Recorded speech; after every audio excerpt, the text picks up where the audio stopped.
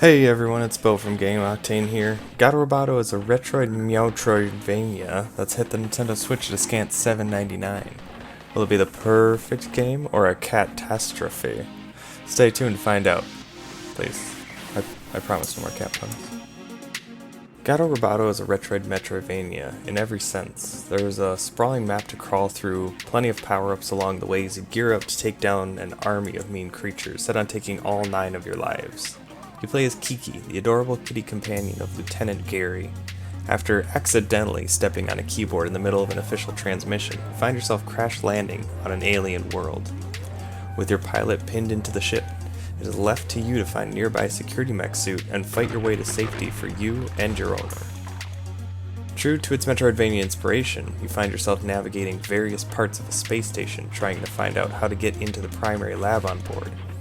This means going into new areas, finding new traversal abilities and power-ups, and then using those to overcome new sections of the station, or revisiting old ones for more hidden power-ups.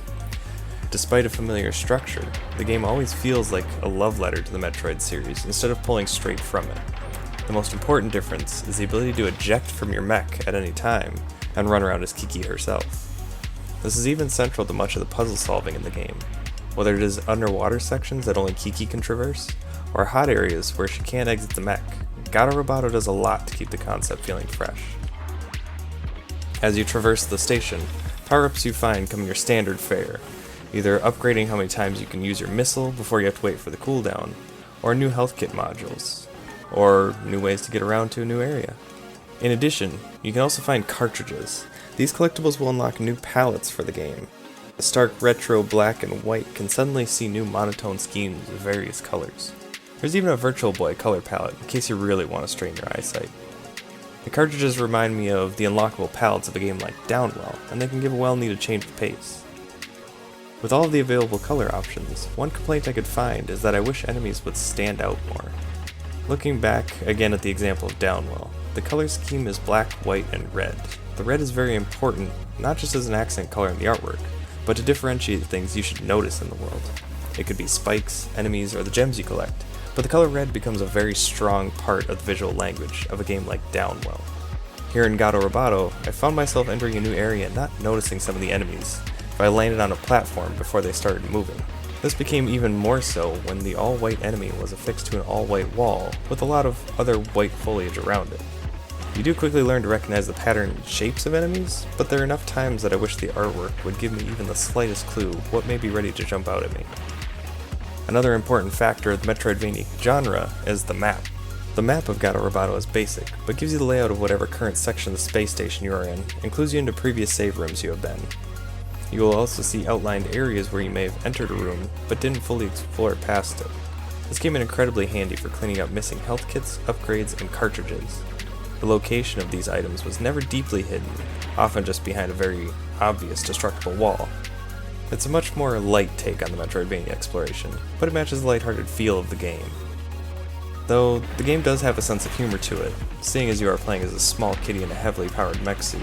Don't let the exterior fool you. There's definitely a decent challenge here. As with most Metroidvania games, it's really in the boss fights where the game presses you for its difficulty. Gato delivers in a satisfying way. It's all about pattern recognition and knowing your abilities. In particular, I died maybe 7 or 8 times to an aquatic boss until I could properly time my jumps and dashes to avoid its large sweeping attacks. It was that satisfying progression of hitting a wall and then working out the solution to make it a cakewalk to surmount. This brings me to my second and really only other gripe about the game. Some of the boss battles, one featuring a set of 3 boisterous heaters, are hard to read when you're doing damage. The heater battle was compounded by the fact that these bosses, despite being large battles, didn't display a health meter like other boss battles. I was unsure if it was an oversight or intentional to the design. This mostly meant that I kept jumping during the battle because I couldn't really tell if my shots were doing actual damage in the fight. By and large, every other battle that featured health bars made this more clear. This could have been a great place to bring in another color as well to clue me into where I'm actually doing damage to a boss. The other standout for this game is the audio. While the graphics are 1-bit perfection, the audio leans towards a retro feel in a different way. All of the audio feels filtered through an old worn-out analog speaker. It somehow manages to still mesh with the art style in a very satisfying way. Character dialogue as well plays out almost like a sim-style mumbling, but as though it was recorded on a record in the 70s. It's an audio style that sounds as unique as the art style looks. Overall, Gato Roboto is a fantastic Metroidvania, and the Switch is a great system to bring the game on the go. The controls hold up great, the sound is top notch, and for the price, it is an amazing value. If you're a fan of the Metroidvania genre, absolutely pick this one up. Or if you just want to run around as an adorable kitty with a big machine gun.